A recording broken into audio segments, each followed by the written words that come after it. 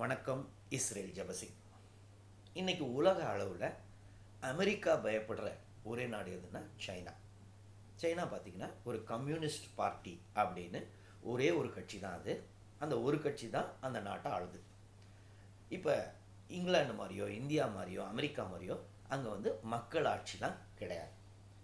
இந்த கம்யூனிஸ்ட் பார்ட்டிக்கு எதிராக 1989 தியானமன் ஸ்கொயர் அப்படின்ற இடத்துல நிறைய இளைஞர்கள்லாம் போய் எங்களுக்கும் மக்களாட்சி வேணும் அப்படின்னு புரட்சி பண்ண ஆரம்பித்தாங்க.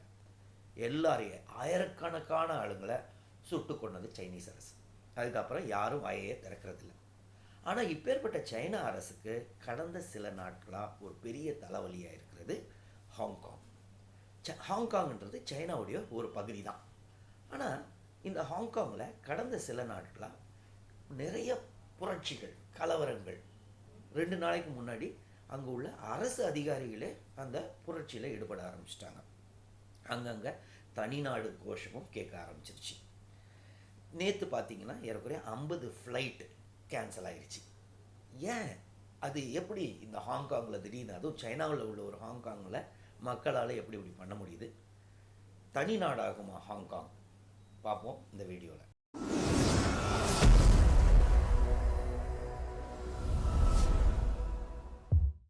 1830களில், அதாவது 1830s பார்த்தீங்கன்னா சைனாவுடைய டீ, அதோடைய சில்க், இதெல்லாம் பார்த்தீங்கன்னா யூரோப்பில் பெரிய டிமாண்ட். அதுக்கு இங்கிலாந்துலேருந்து இங்கிலாந்து நாட்டில் நிறைய இறக்குமதி பண்ணாங்க சைனீஸ் டீயை.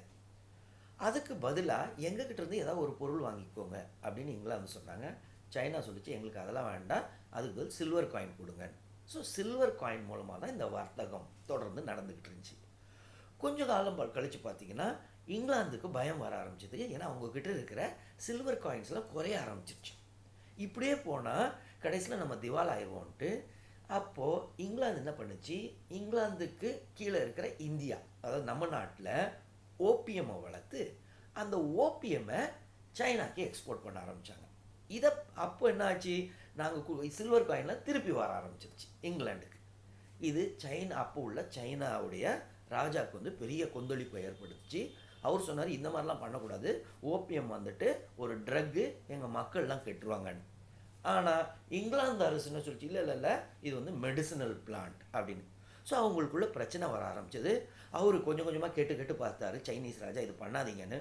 ஒரு கட்டத்தில் கோபம் நேராக போய் அந்த போர்ட்டில் இருக்கிற, அப்போ ஹாங்காங் போர்ட் சைனாவுடைய ஒரு பகுதி ஹாங்காங் போர்ட்டு போய் அங்கே இருக்கிற மொத்த ஓபிஎம், கப்பலில் இருக்கிற மொத்த ஓபியத்தையும் சீஸ் பண்ணி எடுத்து வச்சிட்டார். இது இங்கிலாந்து அரசுக்கு மிக கோபத்தை ஏற்படுத்தியது. அதுக்கப்புறம் போரிடுறாங்க. அதை தான் ஃபஸ்ட் ஓபிஎம் வார் அப்படின்வாங்க. 1839 1842 வரைக்கும் 3 வருஷம் நடந்துச்சு. அந்த போரில் சைனா படுதோல்வி அடைஞ்சிது. அது முடிஞ்ச உடனே ஹாங்காங்கை பிரிட்டன் அவங்களுடைய வச்சுக்கிச்சு. அதுக்கப்புறம் ஹாங்காங் இனிமேல் எங்களுது தான் அப்படின்னு சொல்லிச்சு. இதுக்கப்புறம் திருப்பி ஒரு செகண்ட் ஓபிஎம் வாரும் நடந்துச்சு. கடைசியில் 1898 பார்த்தீங்கன்னா இன்னொன்று ஹாங்காங் பக்கத்துலேயே பார்த்தீங்கன்னா கவுலூன் அப்படின்னு இன்னொன்று, அதுவும் சைனாவுடைய இடம், அதையும் சேர்த்து பிடிச்சி வச்சுக்கிச்சு பிரிட்டன். அப்போது சைனா கிட்ட சொல்லிச்சு, நீ என்கிட்ட எழுதி கொடுத்துரு, இனிமேல் இது எந்த தான், ஏற்கனவே ஹாங்காங் எந்த தான், இதையும் நான் கவுலூனையும் சேர்த்து நானே வச்சுக்கிறேன்னு. அப்போது அங்கே உள்ள அந்த சைனீஸ் அரசு சொல்லிச்சு, நான் உங்களுக்கு தரேன், பட் அதுக்காக மொத்தமாக எழுதி வாங்கிறாதீங்க, ஒரு 99 வருஷம் லீஸ்க்கு வேணால் எடுத்துக்கோங்க அப்படின்னுச்சு. சரி, இங்கிலாந்தும் ஓகே, 99 வருஷம்னா அது என்றைக்கு வருது, அதெல்லாம் நடக்காத காரியம்னு 1898 ஹாங்காங் அந்த கவுலூன் எல்லாத்தையும் சேர்த்து சைனா பிரிட்டிஷ் அரசுக்கு 99 வருட லீஸ்க்கு கொடுத்துச்சு. அதுக்கப்புறம் அவங்களும் மறந்துட்டாங்க. பிரிட்டனும் கண்டிப்பாக அது திருப்பி கொடுக்க போகிறோன்னு நினைக்கல. சைனாவும் அப்போ ஒரு ஃபேஸ் சேவிங் எக்ஸசைஸாக தான் அது பண்ணிச்சு. ஏன்னா அவங்களும் நினச்சாங்க இதுக்கு மேலே எங்கே வரப்போகுது நமக்குன்னு. அதுக்கப்புறம் காலங்கள் மாறிச்சு. 1940s செகண்ட் வேர்ல்டு வார் டைமில் யூஎஸ் ப்ரெஷர் பண்ண ஆரம்பிச்சது இங்கிலாந்தை. யூஎஸும் இங்கிலாந்தில் அலைஸ் கூட்டாளிகள். அப்போ ப்ரெஷர் பண்ணி நீ சைனாவுக்கு கொடுத்துடு அந்த ஹாங்காங்னு. ஆனால் பிரிட்டனுடைய வின்ஸ்டன் சர்ச்சில் பிடிவாதமாக அதெல்லாம் முடியாது, அது எங்களுடைய இடம் அப்படின்னு சொல்லிட்டார். அதுக்கப்புறம் இந்தியாவுக்கு சுதந்திரம் கொடுத்துச்சு இங்கிலாந்து. ஆனால் ஹாங்காங்கை தன்வசம் தான் வச்சிருந்துச்சு. 1950s பார்த்தீங்கன்னா ஹாங்காங்கில் இண்டஸ்ட்ரீஸ்லாம் பெருசாக எக்ஸ்பேண்ட் ஆக ஆரம்பிச்சிது. நிறைய மேனுஃபேக்சரிங் செக்டர்ஸ்லாம் நல்லா உற்பத்தி பண்ண ஆரம்பித்தாங்க. அதுக்கப்புறம் சர்வீஸ் செக்டர், டூரிசம் இதெல்லாம் ரொம்ப ப்ரமோட் பண்ண ஆரம்பித்தாங்க. எக்ஸ்போர்ட், இம்போர்ட், அவங்களுடைய ஹார்பர் எல்லாமே உலக அளவில் ஒரு பெரிய வர்த்தக உள்ள இடமா மாறிடுச்சு ஹாங்காங். ஸோ நிறைய டூரிஸ்ட் அங்கே போகிறவங்க பார்த்தீங்கன்னா அங்கே உள்ள ஹாங்காங்கில் டிம்சம், அப்புறம் ரோஸ்ட் சிக்கன் இதெல்லாம் இவங்களுக்கு டூரிஸ்ட்டுக்கு ஒரு பெரிய அட்ராக்ஷன். அது இல்லாமல் வானளாவிய கட்டடங்கள் ஹாங்காங்கில் ஸ்கை ஸ்கிராப்பர்ஸ்னுவாங்க. ஸோ ஹாங்காங் ஒரு பெரிய வர்த்தக நகரமாக உருவாயிருச்சு. இப்படி போய்கிட்டே இருந்துச்சு. 1980s பார்த்தீங்கன்னா இப்போ உள்ள சைனா வந்துட்டு 1830s 1890s மாதிரி இல்லை, இப்போ ஒரு பேரரசாக மாறிடுச்சு. அவங்க மெதுவாக சொன்னாங்க இங்கிலாண்டுக்கிட்ட, உனக்கு ஞாபகம் இருக்கா, நான் 99 வருஷம் தான் லீஸ் கொடுத்தேன், அது 1997 முடிய போது, தயவுசெய்து திருப்பி கொடுத்துருங்க, கவுலோனியும் திருப்பி கொடுத்துடணும், ஹாங்காங் மொத்தத்தையும் எங்களுக்கு திருப்பி தந்துடணும் நாங்கள். அப்போது பிரிட்டிஷோடைய பிரதமர் யார் பார்த்தீங்கன்னா மார்கரெட் தாட்சர். ஸோ அவங்க ஃபஸ்ட்டு இல்லை நாங்கள் இதே வச்சுக்கிறோம், அப்படியே கண்டினியூ பண்ணலான்னாங்க. ஆனால் சைனா அரசு இப்போ வந்துட்டு முன்ன மாதிரி இல்லை, அவங்க சொன்னாங்க இல்லை எங்களுக்கு கொடுத்தாகணும்னு. அதுக்கப்புறம் நிறைய பேச்சுவார்த்தைக்கு பிறகு இங்கிலீஷ் அதை பிரிட்டிஷ் அரசும் ஒத்துக்குச்சு, ஓகே நாங்கள் திருப்பி தந்துடுறோம், ஆனால் ஒரு கண்டிஷன், நீங்கள் இதை வேறு சிஸ்டத்தில் ஆளணும், நீங்கள் உங்கள் மெயின்லேண்டில் இருக்கிற சைனா மாதிரி அதை நீங்கள் ஆட்சி புரியக்கூடாது, இதுக்குன்னு நிறைய சலுகைகள் தரணும். இப்போ ஏற்கனவே அவங்க பிரிட்டிஷ் லாஸ், பிரிட்டிஷுடைய சட்டத்திட்டங்களில் தான் அவங்களுக்கு தெரியும், அதுவே கண்டினியூ ஆகணும். இப்போ ஜுடிஷியரி, அதாவது அங்கே உள்ள ஜட்ஜுங்கள்லாம் இண்டிபெண்ட், ஆனால் சைனாவில் பார்த்தீங்கன்னா எல்லாம் கம்யூனிஸ்ட் பார்ட்டி கண்ட்ரோலில். ஸோ இந்த மாதிரி இண்டிபெண்டன்ஸ் கண்டினியூ ஆகணும். இதை நீங்கள் ஒத்துக்கிட்டிங்கன்னா நாங்கள் திருப்பி தந்துடுறோம் நாங்கள். ஸோ சைனாவும் சொல்லிச்சு ஓகே, இதுக்கெல்லாம் ஓகே, நம்ம 1 country 2 system அப்படின்னு போகலாம். ஆனால் இது 50 வருஷத்துக்கு, அதாவது 1997 ஒரு 50 இயர்ஸ்க்கு இந்த ஸ்பெஷல் ஸ்டேட்டஸ் நாங்கள் தர ரெடி, 1 country 2 system அப்படின்னு பண்ணலாம் நாங்கள். ஸோ இதை இங்கிலாண்டு ஒத்துக்கிட்டு, இங்கிலாந்து என்ன பண்ணுச்சுன்னா 1997 ஹாங்காங்கை திருப்பி கொடுத்துருச்சு. ஆனால் இந்த திருப்பி கொடுக்க போகிறோன்னு முடிவு வந்தப்போவே நிறைய ஹாங்காங் மக்கள் இதை எதிர்ப்பு தெரிவித்தாங்க. ஹாங்காங்கில் பார்த்தீங்கன்னா 95% சைனீஸ் மக்கள் தான்.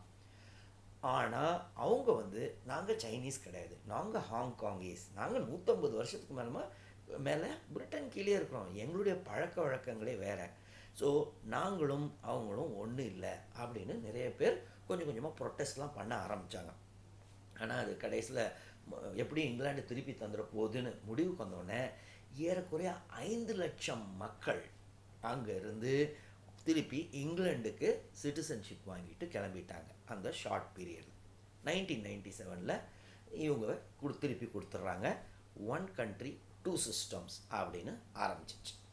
ஸோ இது இப்படி போய்கிட்டு இருக்கும்போது 2014 என்ன பண்ணாங்கன்னா சைனா என்ன சொல்லிச்சு, இந்த 1 country 2 system தான். ஸோ நீங்களே இப்போ பார்த்தீங்கன்னா ஹாங்காங்க்கு ஒரு சீஃப் எக்ஸிக்யூட்டிவ் ஆஃபீஸர்னு இருப்பாங்க, அவங்க தான் அந்த கண்ட்ரியோடைய ஹாங்காங்கோடைய பிரசிடென்ட் மாதிரி. கண்ட்ரி சைனாக்கு கீழே தான், ஆனால் 2 systems. ஸோ இது சைனா அரசு இங்கே எதுவும் ஆட்சி பண்ணாது. ஸோ இந்த சீஃப் எக்ஸிக்யூட்டிவ் ஆஃபீஸர் எலெக்ஷனில் நீங்கள் நீங்கள் நினச்சவங்களுக்கெல்லாம் ஓட்டு போட முடியாது, நாங்கள் ஒரு 4-5 பேர் டிக் பண்ணுவோம், அவங்கள தான் நீங்கள் செலக்ட் பண்ண முடியும் அப்படின்னு சொன்னாங்க. இது ஹாங்காங் மக்களுக்கு மிக கோபத்தை உண்டு பண்ணுச்சு. இன்னொன்று, எல்லா ஹாங்காங் மக்களும் அந்த ஓட்டில் பார்ட்டிசிபேட் பண்ண முடியாது, வெறும் 6% மக்கள் தான் பண்ண முடியும். அவங்க தேர்ந்தெடுத்த மக்கள்லாம் பார்த்தீங்கன்னா யாரெல்லாம் ப்ரோ சைனா, சைனாவுக்கு ஆதரவாக இருக்கிற மக்களை மட்டும்தான் அவங்க அந்த ஃப்ரான்ச்சைஸ்னுவாங்க அந்த ஓட்டர்ஸ் லிஸ்ட்லேயே கொண்டு வந்தாங்க. அது இல்லாமல் யாரெல்லாம் நிறைய டெமோக்ரஸி வேணும் அப்படின்னு சொல்கிற பொலிட்டிஷியன்ஸ் எல்லாம் அவங்க எடுத்து விட்டுட்டாங்க அந்த லிஸ்டில் இருந்து. ஸோ இது ஹாங்காங் மக்களுக்கு பெரிய கோபத்தை உண்டு பண்ணியது. அதனால் அவங்க நிறைய புரட்சி 2014 ஆரம்பித்தது. அதுக்கு பாப்புலராக என்ன சொல்லுவாங்கன்னா அம்பரல்லா ப்ரொட்டஸ்ட், இல்லைனா அம்பரல்லா ரெவல்யூஷன் அப்படின்னு சொல்லுவாங்க. ஏன் அம்பரல்லா ரெவல்யூஷன் 2014 இதை சொன்னாங்கன்னா காரணம், அப்போது அந்த ப்ரொட்டஸ்டர்ஸ் எல்லாம் இது சைனா அரசு, அதாவது ஹாங்காங் அரசு என்ன பண்ணாங்கன்னா விரட்டி அடிக்கிறதுக்காக பெப்பர் ஸ்ப்ரே பண்ண ஆரம்பித்தாங்க. அந்த பெப்பர் ஸ்ப்ரே கண்ணில் படக்கூடாதுன்றதுக்காக எல்லாம் கொடையை எடுத்துகிட்டு ஸோ மொத்தம் புரட்சியாளர்களும் என்ன பண்ணுவாங்கன்னா கொடை எடுத்துகிட்டு வந்துட்டு அதை வச்சு தடுப்பாங்க. ஸோ இது வந்து ஒரு இது வந்து அம்பர்லா ப்ரொட்டஸ்ட் அப்படின்னு இருந்துச்சு. ஆனால் ஒரு 6-7 மாதம்தான் இது கண்டினியூ ஆகிருக்கும். அதுக்கு மேலே ஒன்றும் இல்லை, முடிஞ்சிருச்சு. ஆனால் சைனா வந்து அவங்க சொன்ன மாதிரியே அவங்க அலோவ் பண்ணுற லிஸ்ட்டு, அதாவது யாரெல்லாம் சைனாவுக்கு ஆதரவாக இருப்பாங்களோ அந்த மாதிரி பொலிட்டீஷியன்ஸை தான் அவங்க எலெக்ஷன்லேயே நிற்க வச்சாங்க. இப்படி இருக்கும்போது இவங்க கேரி லாம் அப்படின்றவங்க சீஃப் எக்ஸிக்யூட்டிவ் ஆஃபீஸராக ஆகிறாங்க. அவங்க வந்து ப்ரோ சைனாவுக்கு ஆதரவானவங்க. இப்போ இந்த புரட்சி பண்ணாங்கள்ல, இந்த அம்பர்லா ப்ரொட்டஸ்ட், அவங்களெல்லாம் பார்த்தீங்கன்னா பிரிட்டிஷ், ஏன்னா ஹாங்காங்கில் வந்து என்னென்னா சட்டத்திட்டங்கள் வந்து பிரிட்டிஷ் லா தான் இருந்துக்கிட்டு இருக்குது, ஏன்னா 2 systems. ஸோ அவங்கள வந்துட்டு பெரிய இதெல்லாம் கிடையாது, ஏன்னா உங்களுக்கு ரைட் டு ப்ரொட்டஸ்ட் இருக்குது. ஸோ அவங்களுக்கு பெரிய தண்டனை கொடுக்க முடியாது. ஆனால் இதே சைனாவில் உள்ள சட்டத்திட்டங்கள் மெயின்லேண்ட் சைனாவில் பண்ணாங்கன்னா அவங்களுக்கு தூக்கு தண்டனை கூட கொடுக்க முடியும். ஸோ இவங்க கொஞ்சம் கொஞ்சமாக ஒரு எக்ஸ்ட்ரடிஷன் பில் கொண்டு வரலாமான்னு பார்த்தாங்க. எக்ஸ்ட்ரடிஷன் பில் அப்படின்னா என்னென்னா, இங்கே ஏதாவது பெரிய குற்றங்கள் செய்தால் அதற்காக ஹாங்காங் மக்களை நீங்கள் சைனாக்கு அனுப்பி சைனாவில் உள்ள கோர்ட் மூலமாக அவங்களுக்கு தண்டனை கொடுக்கப்படலாமா? ஏன்னா இங்கே உள்ள சட்டத்திட்டங்களில் அதில் அனுமதி இல்லை. ஆனால் அவங்களுக்கும் இதை கொண்டு வந்தால் எவ்வளோ தூரம் ப்ரொட்டஸ்ட், எவ்வளோ பெருசாக ப்ரொட்டஸ்ட் வரும்ன்ட்டு அவங்க அமைதியாகவே இருந்தாங்க, இந்த கேரி லாம் இப்போ இருக்கிற சீஃப் எக்ஸிக்யூட்டிவ் ஆஃபீஸர். ஸோ அந்த எக்ஸ்ட்ரடிஷன் லா வரலை. ஆனால் 2018 பார்த்தீங்கன்னா சான் அப்படின்ற ஒரு ஹாங்காங்கில் உள்ள சேர்ந்த ஒருத்தர் வந்து என்ன பண்ணார்னா, அவரும் அவருடைய மனைவியும் 2 பேரும் தாய்வான், சைனாவுடைய இன்னொரு பகுதி தாய்வான். ஸோ அந்த தாய்வானுக்கு போகிறாங்க, ஒரு சுற்றுலாவுக்கு போகிறாங்க, 15 நாள் சுற்றுலா. அவருடைய ஒய்ஃபு 3 மாதம் ப்ரெக்னென்ட், இந்த சானுடைய ஒய்ஃபு. அவங்க 2 பேரும் ஹோட்டலில் தங்கியிருக்காங்க. நிறைய ஏதோ பேச்சுவார்த்தை, அது பெரிய சண்டை வந்து கடைசியில் என்ன ஆயிடுச்சுன்னா அவர் கொன்னுடுறாரு. அவங்க ஒய்ஃபை, ப்ரெக்னென்ட் ஒய்ஃபை கொன்னுட்டு அந்த லேடியை சூட் கேஸில் போட்டு போகிற வழியில் டிஸ்போஸ் பண்ணிவிட்டு அந்த அம்மாவுடைய கிரெடிட் கார்டை மட்டும் எடுத்துக்கிட்டு இவர் ஃப்ளைட் ஏறி திருப்பி ஹாங்காங்க்கு வந்துட்டார். இது ஒரு 2-3 நாள் கழிச்சு தான் வெளியில் தெரிய ஆரம்பிச்சுது. கடைசியில் அவங்க கண்டுபிடிச்சிட்டாங்க, இந்த சான் தான் குற்றவாளி அப்படின்னு தாய்வானில் கண்டுபிடிச்சிட்றாங்க. ஹாங்காங் மக்கள் மத்தியிலையும் பார்த்தீங்கன்னா இது ஒரு பெரிய, என்னடா அது ஒரு 3 months ப்ரெக்னென்ட் லேடி இப்படி ஒருத்தன் கொண்டுட்டானே அப்படின்னு. ஸோ இப்போ வந்து ஆனால் எக்ஸ்ட்ரடிஷன் இல்லை. ஸோ மக்கள் மத்தியில் இவன் இப்படி தப்பு பண்ணிட்டானே அப்படின்றாங்க. ஆனால் இவரை வந்து என்ன போலீஸ் அரெஸ்ட் பண்ணாங்க, அவர் மேலே ஒரே அவங்க குற்றம் என்னென்னா, அவர் அந்த கிரெடிட் கார்டை தப்பாக யூஸ் பண்ணார்ல. ஸோ அதை மணி நீ லாண்டர் பண்ணிட்டப்பா, நீ இதை வச்சு ஏதோ மாற்றிட்ட, அதுக்காக நான் உன்னை தண்டனை கொடுக்குறேன்னு சொல்லி அவரை தண்டிச்சாங்களே ஒழிய, ஆனால் அவர் பண்ண அந்த மர்டர், அதுக்கு அவருக்கு தண்டனை கொடுக்க வழி இல்லை. ஏன்னா அந்த மர்டர் நடந்த சம்பவம் வந்து ஹாங்காங்கில் இல்லை, தாய்வானில். ஸோ எக்ஸ்ட்ரடிஷன் ட்ரீட்டி கிடையாது. இதுதான் சமயம். இது வந்து போன வருஷம் நடந்தது 2018.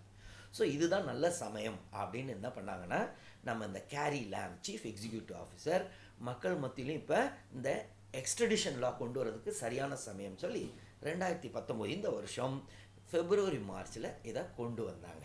இதை வந்துட்டு அதாவது அதுக்குரிய லெஜிஸ்லேட்டிவ் கவுன்சிலில் அதை பற்றிய டிஸ்கஷன் ஆரம்பித்தாங்க.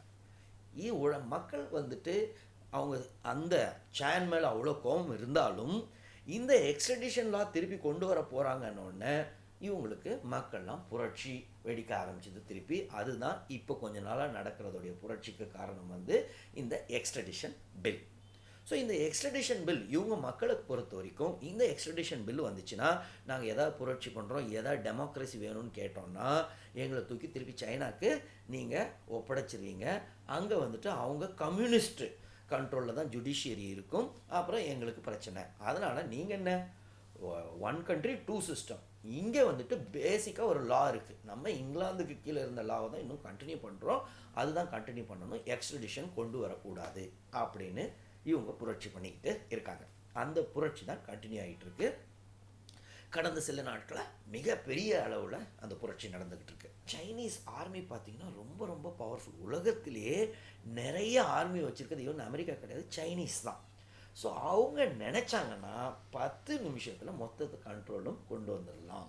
ஸோ இந்த கலவரங்கள் இன்னும் கொஞ்ச நாள் போகும். ஆனால் 2014 வந்து அந்த அம்பரல்லா ரெவல்யூஷன் மாதிரி இதுவும் கொஞ்ச நாள் இருந்துட்டு கடைசியில் அடங்கிடும், முடிவுக்கு வந்துடும். இல்லைன்னா முடிவுக்கு கொண்டு வரப்படும் சைனா அரசால். ஸோ ஹாங்காங் கண்டிப்பாக தனி நாடாகலாம் ஆக வாய்ப்பே இல்லை. ஸோ தொடர்ந்து இந்த யூடியூப் சேனல் மூலமாக நம்ம ஏதாவது முக்கியமான நிகழ்வுகளெல்லாம் நம்ம பார்ப்போம். தொடர்ந்து பார்க்கணுன்னு நினைக்கிறவங்க அந்த நோட்டிஃபிகேஷன் பட்டனை அழுத்துங்க. நன்றி, வணக்கம்.